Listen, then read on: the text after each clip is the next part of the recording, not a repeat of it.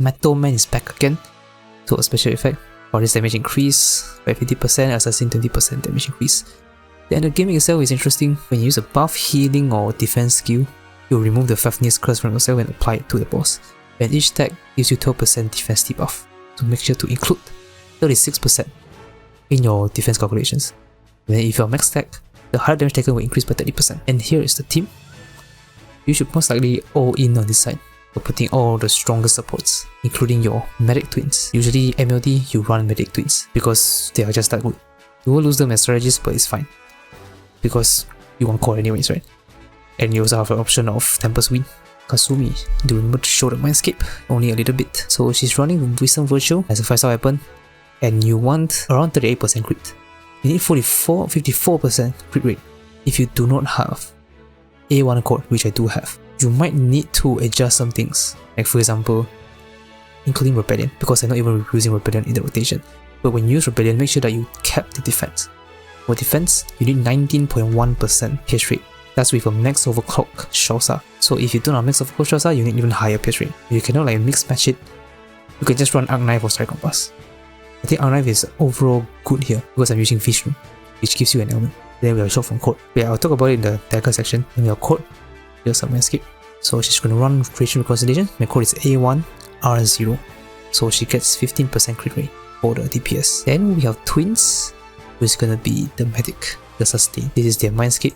Then the card set, Departure Code Draw, you need the defense debuff, very important. Then my Twins is A0R1, so 1 dupe on the weapon. Navigator is going to be Futaba, this is a Mindscape.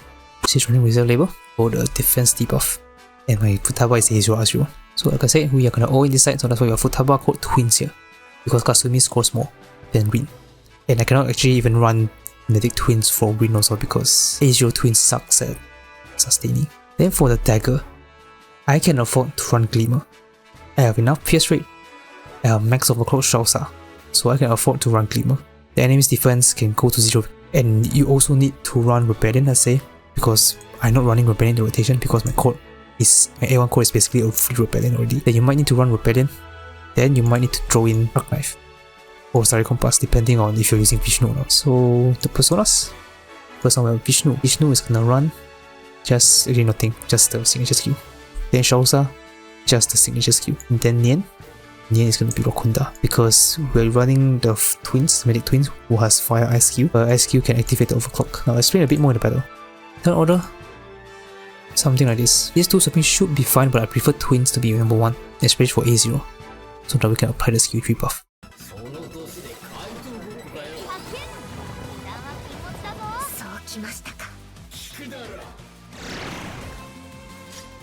First turn, you do Electric Wind, so it kind of depends on your turn order. If your Wonder is first, you can actually do a Wonder Nien first, Rakunda, then you do a Fire Ice skill. But since I'm first with the Twins, I need to do Electric Wind because you want to sync the Fire Ice highlight after you apply Nien's Rakunda to trigger Nien's Overclock, which is the damage taken increase. So my max overclock is going to be 12%. Okay, I don't have it yet. I'll show later. Electric Wind first. Then we do a Nien Rakunda. So let me show you what I mean. So this is a trick you can do with the Twins. For this one, 12%. This one activates after you attack with a fire skill, which the Twins can do. Basically debuff 12% damage taken increase, which is great. Rakunda. It lasts for 3 turns also. If your core is A0, just use skill 2. Didn't get shocked, but I'm too lazy to reset, so I'm just gonna roll with it. Doesn't really matter much for this first turn anyways. If you do skill 2, depends on your Twins awareness also. You might want to use custom skill 2 on the Twins, if it's A1. I don't have A1 Twins, so I'm just gonna skill 2 on Core, because Core is a third in action. So I can apply all the buffs first, then Kasumi can launch the auto skill 1.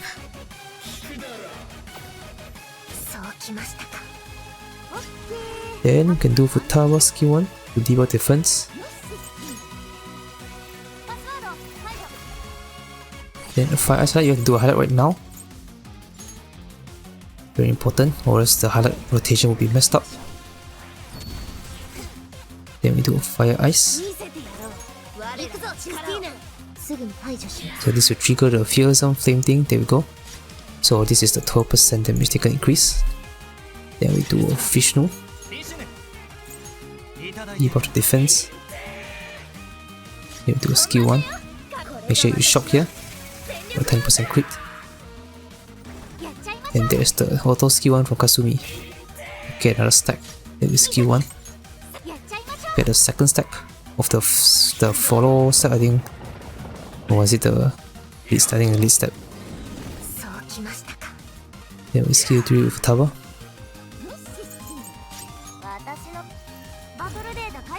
Then here you can just press the start button. Then you should have a good habit of just activating start at the start of the 3rd and 6th turn, so you don't forget. Because if you have A1 Kasumi, you will launch another follow-up attack on this turn. So you want to activate the start first to get the buff, because the activating start going to masquerade mode will give you some crit rate and damage buff. Let me skill 3. So buff damage and heal. Then we have Shrosa to debuff defense, increase highlight damage taken and stuff. And the interesting thing about this boss is that you can knock it down, so you can activate all out attack. Then at this point, you can check your crit plus 32%, 10% from shock, another 10% from the highlight. This one, the follow step, plus 12% is from the virtue card set. And you also want your Kasumi to be more than half HP, of course. To activate the set. Then do Kasumi highlight. And using Kasumi highlight first to activate Court's weapon, so that this skill 3 from Court will do more damage.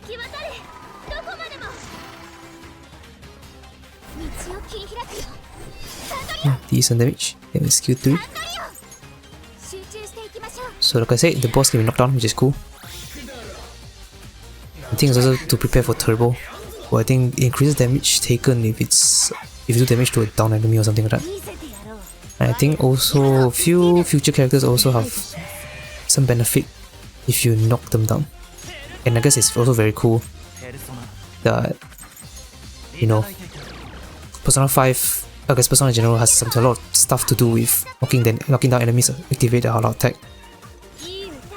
And I think having that here is very nice also, keeping the tradition. I do feel like it's lacking in this game with the all-out attack because they don't do much damage, honestly. Then we skill 2 again on Core or on the twins if you have A1 twins.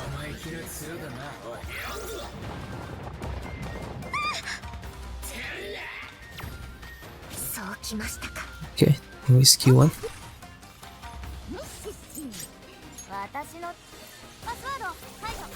Yeah, don't need hand. Hopefully this heals Kasumi. Okay, this should heal Kasumi, which is good. Because again, we want Kasumi to be more than half HP, more than 50% HP. It should heal her, right? Yes, okay, that's good. Then we just do Fire Ice. Just activate Nien also. Then we do Vishnu. Debuff. Then skill on Court, make sure you shock.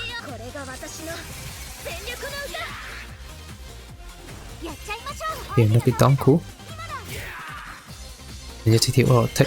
There's no reason to cancel it, I think. I don't think you even get one more if you cancel it. Then skill 1.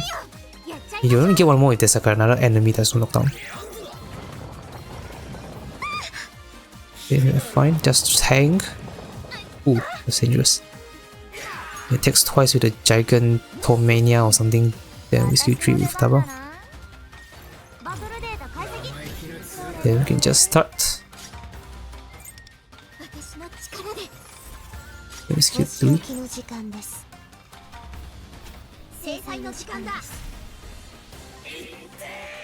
And then we can do Shrousa.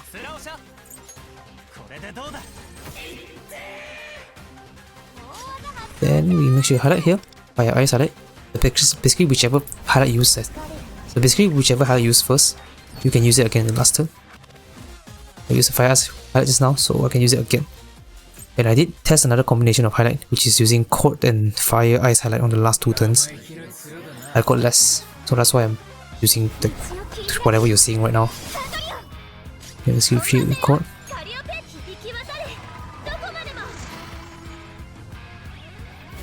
2.1, 2.2, 2.2, 2.2. Oh, not even 2.1. But anyway, skill 3. This might be a low roll. Oh, it's a low roll. Unfortunate. 162, 161. Oh, damage variance messed me up this time.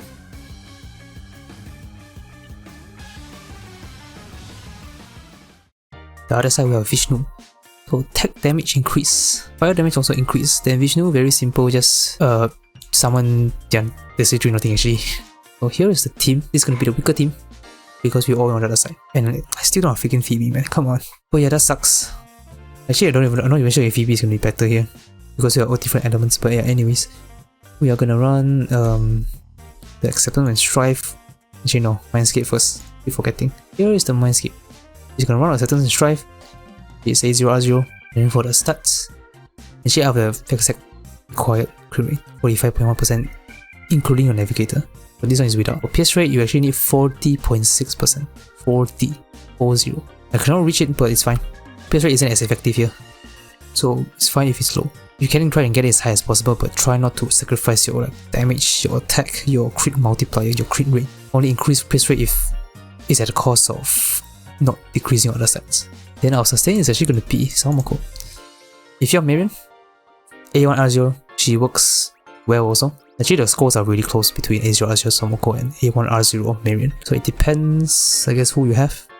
So Samako here, she Mindscape, I think she only just SP recovery just to make sure that I don't run out of SP. That's all. Then for the stat screen here, she's running Cross Prosperity, required for the highlight. 4 highlights in 6 turns. And she's also A0R0. Then we have Matoi. If you don't have Matoi, just replace her with Howler or Key. Especially with Firecracker Ring, because Firecracker Ring requires burn a lot. Even more than An. So you definitely need Key or Howler or Matoi. If you're running An, it may be okay to just run Tempest Wind. You can maybe skip burn. I'm not sure about that because I didn't test it. But I've seen people say that Tempest Wind is better than Key for An team. Yeah, this is her Manscape. Just a bit of emergency to reach the cap. It's running Faithful TD, and my motto is A0R0. In our Navigator, here's the Mindscape. It's running Integrity Labor, and she's an A6R3 because I keep using 50-50 to weapon, I guess. Then for Dagger, you might be surprised to see Ex Machina here. Here's the thing, right? It's kind of weird.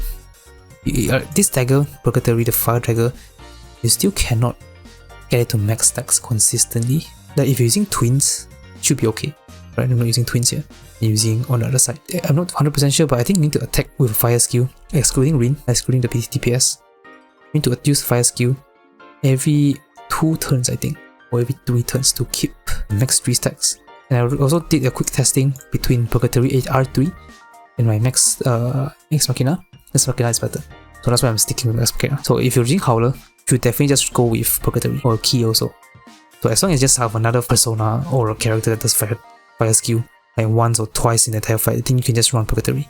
Then we can look at the personas. We have Throne. You just need the signature skill. It is to apply like the chance to burn onto Matoi. So Matoi can burn and then can convert the burn to scout. Then Dionysus.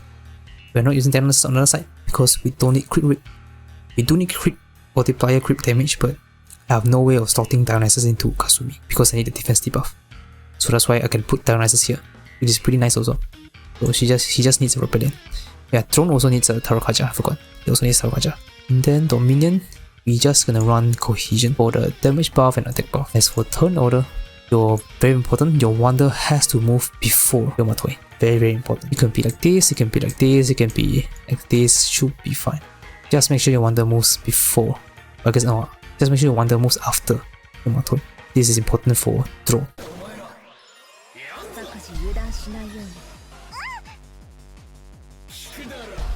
I guess we're waiting for the animation to end. If only there's like 10 times the speed button would be really useful. Make testing a lot quicker. And then anyways, the first section, you do a skill 1 with Matoi. Apply the scout. Don't know what happened to the icon, but okay. Then we do a Throne. You target Matoi because she has the highest element accuracy. Then I'm just gonna skill 2 with or skill 2 also can. I'm gonna do a skill 3 to reduce my chance of dying, just in case. I'm just gonna do skill 3. But it doesn't really matter much, honestly. Maybe it matters for the first highlight, but you're not really gonna do much damage anyways, so it's fine. We're into skill 1 with the wind.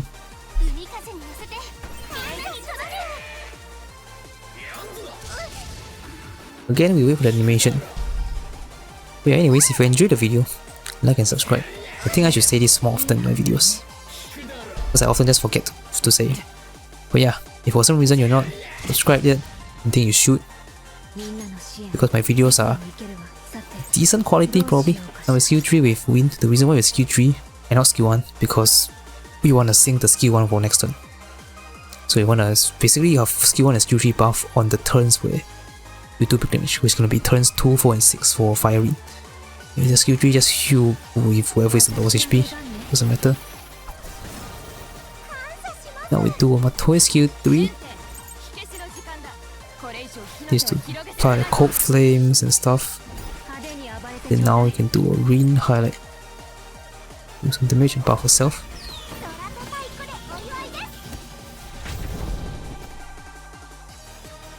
Then we can do a rebellion, Dionysus. Then skill 2 from Samamoko. Then you can activate the skill 3.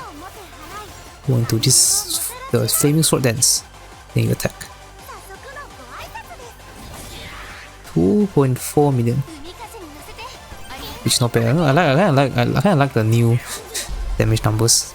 It's more colorful and it's also more, I guess, more condensed. I guess I kind of like it when they show everything, but I don't think that's a good idea, especially when they don't add commas or things. Like for example, this total score, there's no commas at all. It's gonna be a headache in the next few months when the damage numbers spike. Now with skill 1 with wind, actually just don't target anyone that's inside, you don't want to overlap it. Then you do a skill 1. Like the scout. Then we do a drone Tarukaja. I'm not gonna use a signature skill anymore because there's no use anymore to force a burn, because I'm guaranteed to have scout already because I use drone signature skill after Matoi on the first turn. You can bypass the need to use 2 signature skill. So instead of using this, I'm going to use Tarukaja instead, because Tarukaja buffs more attack than this. So Tarukaja, and this will also trigger the drones overclock. So using the damage up. So I didn't max it. It's only 6%. You can get up to 12% at overclock 2, I think. But it's because I don't have enough time to charge it, which is fine also. Then just skill 3. Then use a Matoi highlight. Use the Matoi highlight over like a drone highlight because Matoi highlight buffs, or I guess debuffs less. Matoi highlight is only doing 8.4%. This highlight is 31.6%, so I'm going to save the higher one for the last 2 turns. So I'm going to do a Matoi first.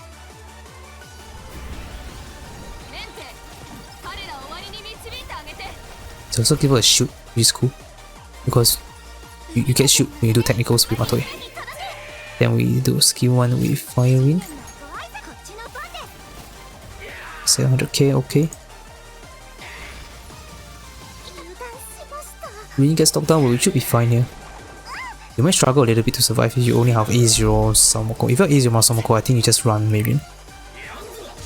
Marion A1 R0 I think is better than A0 Samoko.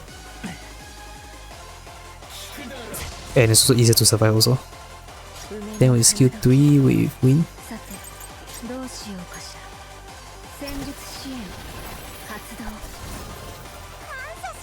And then with skill 3 with Matoi. This is the enhanced one. We have 4 stacks of Extinguish. We'll debuff more. Then we do a Revolution. Then Samoko skill 2. Then you can check. No, you activate skill 3 first, then you check your crit. Thankfully for Ring, you don't have to do any additions because everything is shown. So I'm just nice, 0.1% a bit over. Then just attack. 3 million, not bad.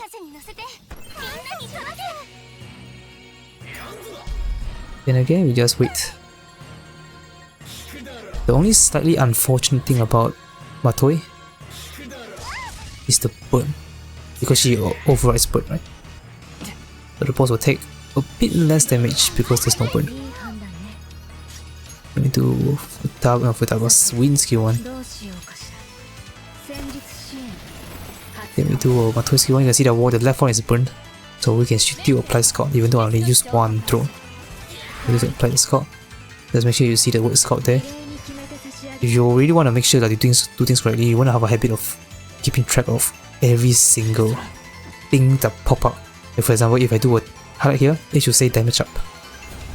To make sure, just check everything pop up. Just now you see it inside here, that's from Win. Win A2 or E4 or something. But yeah, we do Rebellion. Then using this, we'll still see crit rate and also crit damage. I guess the crit one is going to be Rebellion. Then we do skill 3. Then we do a skill 1. Oh, HP a bit low, but someone could just heal us a little bit. No, it should heal quite a bit. Two ticks. Because you get 5 stacks. You hit per enemy. And she triggers the follow-up heal for 3 stacks each. So if you only have 1, you plus 5, you get 6. Then you use all 6 to heal 2 ticks of healing from follow-up. But anyways, that's not really that important. We just do win skill 3.